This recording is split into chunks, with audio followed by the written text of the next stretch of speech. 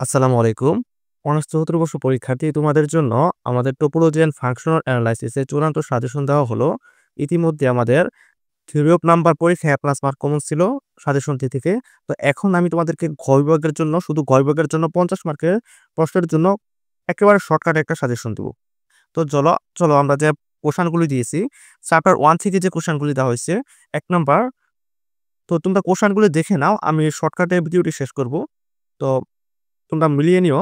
১ number যে কোশ্চেনটি দেওয়া হয়েছে এটা এরকম। আমরা মূলত চ্যাপ্টার 1 থেকে ৩ টা কোশ্চেন দিয়েছি গ বিভাগের জন্য। তো এই ৩ টা থেকে তোমরা একটা প্রশ্ন কমন পাবে। আর চ্যাপ্টার 2 থেকে যে কোশ্চেনগুলি দেওয়া হয়েছে, ১ নাম্বার কোশ্চেনটি দেওয়া হয়েছে এরকম, তারপর ২ নাম্বার। তোমরা মিলিয়ে নিও প্রশ্নগুলি। চাপ তারপর হচ্ছে ৩ নাম্বার যে কোশ্চেনটি দেওয়া হয়েছে এরকম, এবং ৪ নাম্বার কোশ্চেনটি দেওয়া হয়েছে, কোন টপোজগৎ X এর উপসেট A এর জন্য প্রমাণ করো যে A বার ইকুয়াল হচ্ছে integral of A union boundary of A, বা এরকম। ঠিক আছে? প্রশ্নটা হচ্ছে এরকম। তো তোমরা এই চ্যাপ্টার 2 থেকেও মূলত 2 এর A থেকেও ঘ বিভাগে একটা কমন পাবে।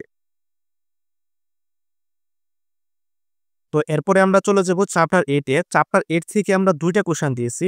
একটা হচ্ছে মেট্রিক ও নরমাল জগতের সাথে সংকোচন চিত্রের সংজ্ঞা দাও। মেট্রিক জগতের ক্ষেত্রে বানাক সংকোচনী বর্ণনা প্রমাণ করো। এবং ২ নাম্বার কোশ্চেনটা হচ্ছে এরকম। ঠিক আছে?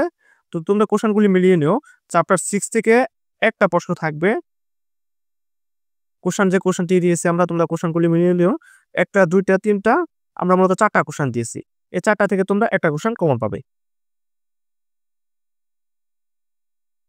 চ্যাপ্টার 7 থেকে আমরা যে কোশ্চেনটি দিয়েছি, এখান থেকে ১ টা অথবা ২ টা কমন থাকবে। একটাও থাকবে, অনেক সময় ২ টাও থাকে। তো ১ নাম্বার যে কোশ্চেনটি দেওয়া হয়েছে এরকম, তোমরা এটা অথবা এভাবে আসতে পারে। তো তোমরা কোশ্চেনগুলি মিলিয়ে নিও। এটা এভাবে আসতে পারে অথবা এভাবে আসতে পারে। তারপর আমরা ২ নাম্বার যে কোশ্চেনটি দিয়েছি এরকম, তোমরা কোশ্চেনগুলি মিলিয়ে নিও। ৩ নাম্বার যে কোশ্চেনটি দিয়েছি এরকম, এটা অথবা এভাবে আসতে পারে। ঠিক আছে? বড়টা দেওয়া থাকতে পারে, তারপরে এবার সমাধান করতে হতে পারে। এবং ৪ নাম্বার যে কোশ্চেনটি দিয়েছি আমরা এরকম। তারপর হচ্ছে ত্রিগিলটা হতে এত।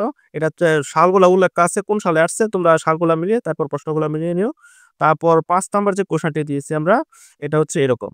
তো এখানে যে কোশ্চেনগুলি দেওয়া হয়েছে, মূলত এগুলি থেকে পড়লেই তোমরা এখান থেকে ৫০ মার্ক কমন পাবে। তো আজকের ভিডিওতে এ পর্যন্তই।